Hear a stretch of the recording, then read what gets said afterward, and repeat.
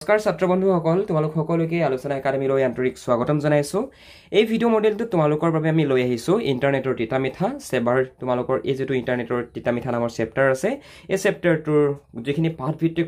প্ৰশ্নখিনিৰ উত্তৰ তোমালোকৰ লগত আজিৰ এই ক্লাছত আমি আলোচনা কৰিম লগতে আমি তোমালোকক প্ৰতিটো প্ৰশ্নৰ উত্তৰ এক্সপ্লেইন কৰি দিম প্ৰতিটো প্ৰশ্নৰ উত্তৰ তোমালোকক আমি বুজাই দিম গতিকে তোমালোকে ভালদৰে ক্লাছটো একেবাৰে শেষলৈকে অলপ স্কিপ নকৰাকৈ চাই থাকিবা এক নম্বৰ কোৱেশ্চনটো হৈছে যে দেউতাকে কোঁৱলীক কিয় কম্পিউটাৰ উপহাৰ দিছিল কিয় উপহাৰ দিছিল দেউতাকে কিয়নো নৱম শ্ৰেণীৰ পৰা দশম শ্ৰেণীলৈ কোঁৱলী প্ৰথম বিভাগত উত্তীৰ্ণ হোৱাৰ বাবে দেউতাকে তাইক কম্পিউটাৰটো উপহাৰ হিচাপে দিছিল মানে ক্লাছ 9 ৰ পৰা ক্লাছ 10 লৈ ফাৰ্ষ্ট ডিভিজনত কোঁৱলী উত্তীৰ্ণ হৈছিল মানে আৰু হেতু কাৰণে দেউতাকে কোঁৱলীক কম্পিউটাৰটো এজ এ গিফট হিচাপে মানে উপহাৰ হিচাপে দিছিল বুজি পালা দুই নম্বৰ প্ৰশ্ন ইন্টাৰনেট কি এই যেটো প্ৰশ্ন ইয়াৰ উত্তৰ লিখিবা ইন্টাৰনেট বা নেট হৈছে কম্পিউটাৰ নেটৱৰ্কৰ বিশ্বব্যাপী থকা এক ব্যৱস্থা এতিয়া ভাইটি বন্ধুসকল তোমালোকে নিশ্চয় ইন্টাৰনেট ইউজ কৰা বৰ্তমান সময়ত পৃথিৱীৰ প্ৰতিজন মানুহে ইন্টাৰনেট ইউজ কৰে বুলি ক'লেও ভুল নহব হয় না নহয় গতিকে তোমালোকে এইটো প্ৰশ্নৰ উত্তৰ চাবা আৰু তোমালোকৰ কিতাপত এই ধৰণে আছে যে কি ইন্টাৰনেট বা নেট হৈছে কম্পিউটাৰ নেটৱৰ্কৰ বিশ্বব্যাপী এক ব্যৱস্থা এনেকুৱা ধৰণে তোমালোকৰ কিতাপত আছে সো এনেকুৱা ধৰণে তোমালোকে আনসাৰটো লিখো বুলি ক'লেও পাৰিবা কোঁৱলীয়ে প্ৰথমে কালৈ ইমেইল কৰিছিল কোঁৱলীয়ে তাইৰ অন্তৰংগ বান্ধৱী চেৰণলৈ নতুন কম্পিউটাৰ যোগেদি ইমেইল কৰিছিল কোঁৱলীয়ে কালৈ ইমেইল কৰিছিল মাত্ৰ নামটো মনত ৰখাবা তাইৰ বান্ধৱী চেৰণ ওকে তাইৰ বান্ধৱী চেৰণলৈ কোঁৱলীয়ে পোনপ্ৰথমতে ইমেইল কৰিছিল পূজাৰ বন্ধত কোঁৱলীহঁতে কলৈ যোৱাৰ সিদ্ধান্ত লৈছিল উত্তৰত লিখিবা পূজাৰ বন্ধত কোঁৱলীহঁতে দক্ষিণ ভাৰতলৈ ফুৰিবলৈ যোৱাৰ সিদ্ধান্ত গ্ৰহণ কৰিছিল বা সিদ্ধান্ত লৈছিল ভাইৰাছ কি ভাইৰাছ হৈছে এক ধ্বংসাত্মক অভিপ্ৰায়েৰে প্ৰস্তুত কৰা কম্পিউটাৰ প্ৰগ্ৰাম তোমালোকৰ স্কুলত যদি কম্পিউটাৰ সায়েন্স আছে তেতিয়া তোমালোকে নিশ্চয় ভাইৰাছ শব্দটো তোমালোকক নিশ্চয় মেমে বুজাইছে চাগে সাৰে বুজাইছে চাগে হয়নে এটা ভাইৰাছ হৈছে এক ধ্বংসাত্মক অভিপ্ৰায়েৰে প্ৰস্তুত কৰা এক কম্পিউটাৰ প্ৰগ্ৰাম তোমালোকে এনেকুৱা ধৰণে লিখিলো নম্বৰ পাই যাবা নেক্সট কোৱেশ্চন ডিসকাশন নকৰাৰ আগতে ভাইটি ভণ্টিসকল তোমালোকৰ যদি কোনোবা ষ্টুডেন্টে আসামিজ নতুবা ইংলিশ মিডিয়ামৰ পৰা আমাৰ এইটো ক্লাছ চাই আছে ইউটিউবত আৰু যদি তোমালোকে অসমীয়া বিষয়টো অলপ টান পোৱা আৰু ঘৰতে বহি যদি তোমালোকে অসমীয়া বিষয়টো পঢ়িবলৈ বিচৰা আমাৰ ফলৰ পৰা তেনেহলে তোমালোকে অনুগ্ৰহ কৰি আমাক WhatsAppত যোগাযোগ কৰ আমি তোমালোকক সম্পূৰ্ণৰূপে সহায় আগবঢ়াম তোমালোকক আমি প্ৰত্যেকটো অসমীয়াৰ পাঠ ভাল ধৰণে বুজাই দিয়াৰ লগতে পাঠৰ ভিতৰৰ অনুশীলনীৰ প্ৰশ্ন পাঠৰ ভিতৰৰ এডিশনাল প্ৰশ্ন অতি চমু প্ৰশ্ন ইয়াৰ লগতে তোমালোকৰ প্ৰত্যেকটো পাঠৰ যেটো মুখ্য বিষয়বস্তু যৰ পৰা নেকি তোমালোকৰ দীঘল উত্তৰৰ প্ৰশ্ন হোৱাৰ সম্ভাৱনা থাকে প্ৰত্যেকটো কথা আমি তোমালোকৰ লগত আলোচনা কৰো গতিকে তোমালোকৰ কোনোবা ষ্টুডেন্টে যদি আসামিজ নতুবা ইংলিশ মিডিয়ামৰ পৰা আমাৰ এইটো ক্লাছ চাই আছা আৰু যদি তোমালোকে আমাৰ যোগেদি অনলাইনত ঘৰতে বহি পঢ়িবলৈ বিচাৰিছা অনুগ্ৰহ কৰি আমাক WhatsAppত যোগাযোগ কৰা আমি তোমালোকক সম্পূৰ্ণৰূপে সহায় আগবঢ়াম লগতে কোৱেশ্চন আনসাৰ খিনিও তোমালোকক আমি প্ৰভাইড কৰি দিম PDFত এতিয়া বলা আমি আমাৰ দ্বিতীয় প্ৰশ্নটোৰ ফালে আগবাঢ়ো www বা ওয়েব কি এতিয়া যে আমি যে গুগলত যিকোনো এটা বস্তু সাৰ্চ কৰিলে আমি যে ওয়েবসাইট এটা আগত যে আমি হঠাৎ www.google.com বা www.xyz.com তেনেকুৱা ধৰণে আহে যে এতিয়া www মানে কি ওয়েব মানে কি পৃথিৱীত হিচৰিত হৈ থকা লাখ লাখ কম্পিউটাৰত মজুত থকা পৰস্পৰৰ সংলগ্ন তথ্য পাতিসমূহৰ ভাণ্ডাৰেই হৈছে ওয়েব ইয়াক চমুকৈ www অৰ্থাৎ ওয়াৰ্ল্ড ওয়াইড ওয়েব বুলি কোৱা হয় www বা ওয়েবত থকা তথ্যবোৰ পাঠ গ্ৰাফিক্সত অডিও ভিডিও আৰু অডিও মাধ্যমত থাকে আৰু হেইবোৰ অতি সহজে ওয়েবৰ পৰা আমি আহৰণ কৰিব পাৰো এতিয়া www ফুল ফৰ্মটো মনত ৰখাবা ওয়াৰ্ল্ড ওয়াইড ওয়েব www হয়নে আৰু এই ওয়াৰ্ল্ড ওয়াইড ওয়েব মানে ওয়েবত থকা যিসমূহ তোমাৰ তথ্য পাতি এতিয়া তোমালোকে নিশ্চয় ওয়েবসাইটত কেতিয়াবা যিকোনো এটা ওয়েবসাইটত ভিজিট কৰিছা চাগে হয়নে এতিয়া তাত আমি যিসমূহ তথ্যসমূহ কি ফৰ্মত থাকে বাৰু কি ফৰ্মত থাকে টেক্সটত থাকে হয় না নহয় এনেকুৱা ধৰণে যিখিনি টেক্সট পাই আছে ইয়াত ঠিক তেনেকুৱা ধৰণে তোমালোকে টেক্সটত পাবা কিছুমান অডিও ফৰ্মত থাকিব অডিও গম পাইছা কিছুমান অডিও ফৰ্মত থাকিব কিছুমান ভিডিও ফৰ্মত থাকিব কিছুমান গ্ৰাফিক্সত থাকিব হয়নে সো হেতু কথাকে ইয়াতে বুজাব বিচাৰিছে মানে অলৰাইট কোঁৱলীয়ে ইমেইলৰ জৰিয়তে বান্ধৱীসকলৰ পৰা কি কথা জানিব পাৰিলে ইমেইলৰ জৰিয়তে কোঁৱলীয়ে বিদেশত থকা বন্ধুবৰ্গৰ পৰা ঘৰতে বহি তেওঁলোকৰ দেশৰ বিভিন্ন দৃশ্য উপভোগ কৰিলে ইমেইলে কোঁৱলীক অডিও কলিং ভিডিঅ' কলিং উপভোগত অনুপ্ৰেৰণা যোগালে ইয়াৰ বাহিৰেও তাই ইণ্টাৰনেটৰ বিভিন্ন ৱেবছাইটসমূহৰ দ্বাৰা বিজ্ঞানৰ পৰীক্ষা নিৰীক্ষাৰ বিষয়ে জ্ঞান লোৱাৰ কৌশল আহৰণ কৰিলে এতিয়া ইণ্টাৰনেট যেতিয়া পোনপ্ৰথমতে কুঁৱলীয়ে ইমেইল ব্যৱহাৰ কৰিছিলে তেতিয়া তাই ঘৰতে থাকি তাই যিসকল বন্ধু বান্ধৱী ভাৰতৰ বাহিৰত আছে ওকে সো বিভিন্ন দেশত তাই যিসকল বন্ধু বান্ধৱী আছে কুঁৱলীৰ সেই বন্ধু বান্ধৱীসকলৰ দ্বাৰা মানে পোনপ্ৰথমতে তাই মানে ভিডিঅ' কলত তাই পোনপ্ৰথমতে ভিডিঅ' কলত কথা পতা তো তাই পালে পোনপ্ৰথমতে পালে তাই হয়নে ইণ্টাৰনেটৰ অবিহনেতো এইটো সম্ভৱেই নহয় আৰু ইয়াৰ বাহিৰেও বিভিন্ন ধৰণৰ ৱেবছাইটসমূহত বিভিন্ন ধৰণৰ বিজ্ঞানৰ পৰীক্ষা নিৰীক্ষাৰ বিষয়ে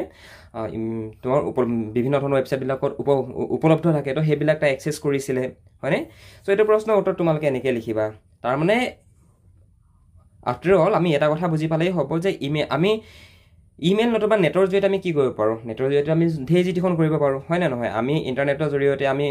বিভিন্ন ধৰণৰ ৱেবছাইট ভিজিট কৰিব পাৰোঁ ৱেবছাইটত থকা যিসমূহ তথ্য ছায়েন্স ৰিলেটেড নতুবা মেথছ ৰিলেটেড নতুবা টেক্সট বুক ৰিলেটেড যিসমূহ কুৱেশ্যনছ নতুবা যিসমূহ তথ্য পাতি সেইবিলাকো আমি তাৰ পৰা আহৰণ কৰিব পাৰোঁ তো সেইটো কথাকেতো ইয়াত বুজাইছে ইণ্টাৰনেটৰ সহায়ত কুঁৱলীয়ে কি নতুন অভিজ্ঞতা আহৰণ কৰিলে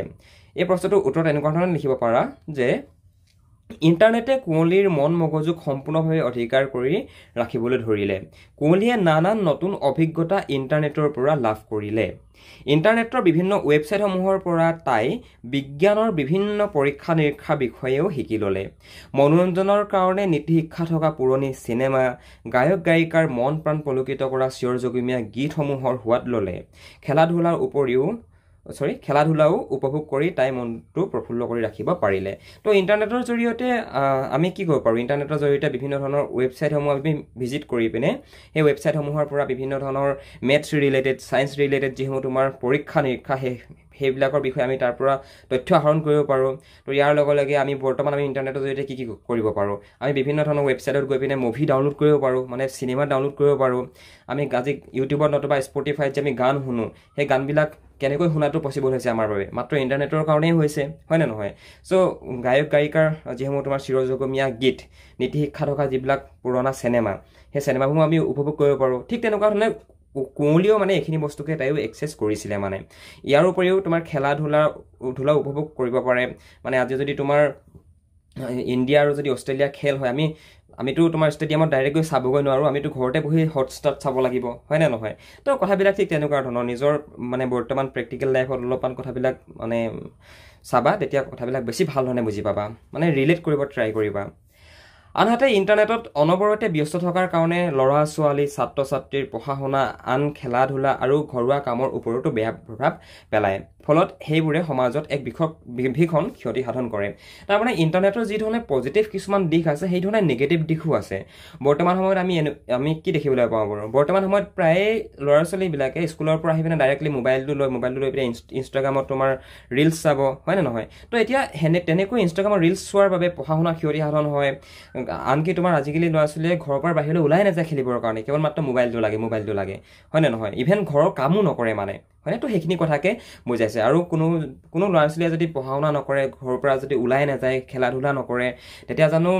সেই ল'ৰা বা সেই ছাত্ৰ বা ছাত্ৰীগৰাকী সুস্থ হৈ থাকিব জানো নিশ্চয় নাথাকে তো সেইটো কথাকে ইয়াত বুজাব বিচাৰিছে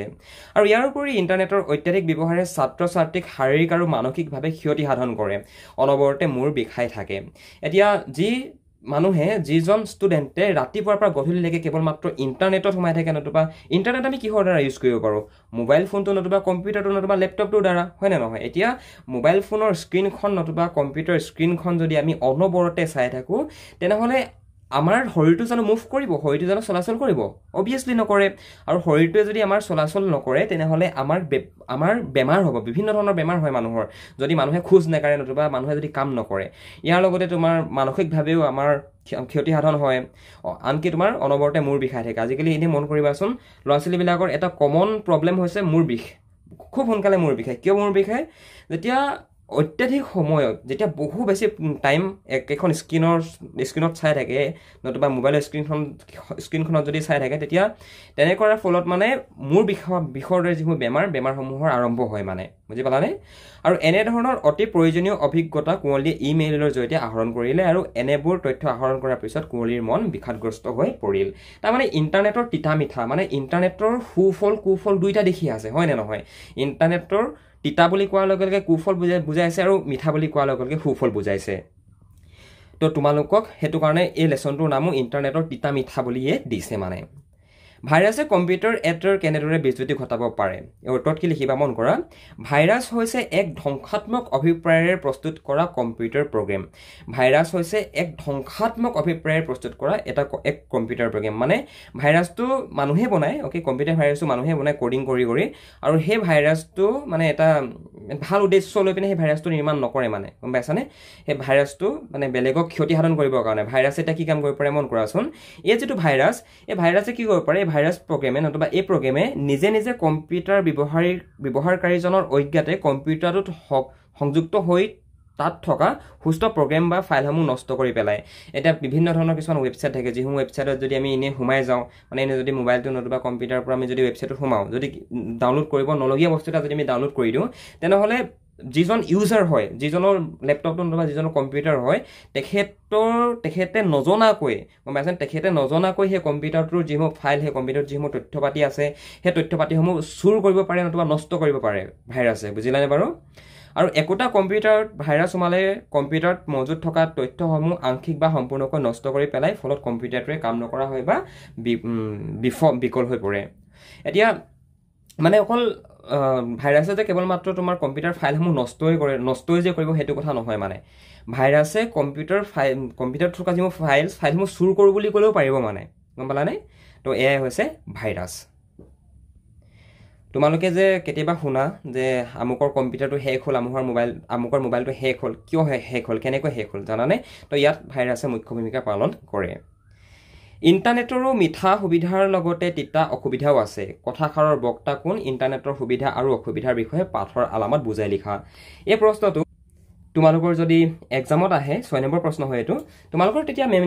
ম্যাক্সিমাম 4 নতুবা 5 মাৰ্কছৰ আহিব সো পৰীক্ষাত আহিব পাৰে চাই থৈ দিবা ভাইটি বন্ধুসকল ক্লাছটোত নবঢ়াৰ আগতে তোমালোকে যদি মেট্ৰিক পৰীক্ষাৰ কাৰণে প্ৰিপাৰেচন চলাই আছা আৰু যদি তোমালোকে পাৰ্সোনেল গাইডেন্স বিচৰা অসমীয়া সাবজেক্টত হক লাগে বেলেগ সাবজেক্টত হক লাগে তেনেহলে তোমালোকে আমাৰ ফলৰ পৰা যদি ইচ্ছা কৰা পঢ়িবলৈ পাৰিবা তোমালোকে আমাৰ লগত যদি জয়েন হৈ লোৱা আমি আহিব কোনখিনি কমন পৰিব তাৰ কোৱেশ্চন আনসাৰ বিলাক কেনেকৈ লিখিব লাগিব আমি সকলোখিনি কথা আমি গাইড কৰি দিম ইয়াৰ কাৰণে তোমালোকে এই নম্বৰটোত ফোন টা কৰা নতুবা ডেসক্ৰিপচনত এখন ফৰ্ম আছে ফৰ্মখন ফিল আপ কৰি দিয়া আমি তোমালোকক নিজে যোগাযোগ কৰি লম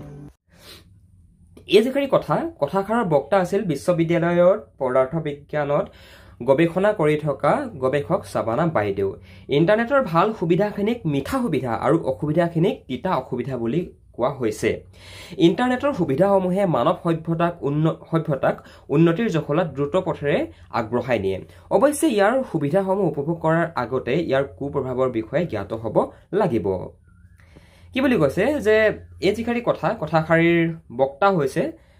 বিশ্ববিদ্যালয়ত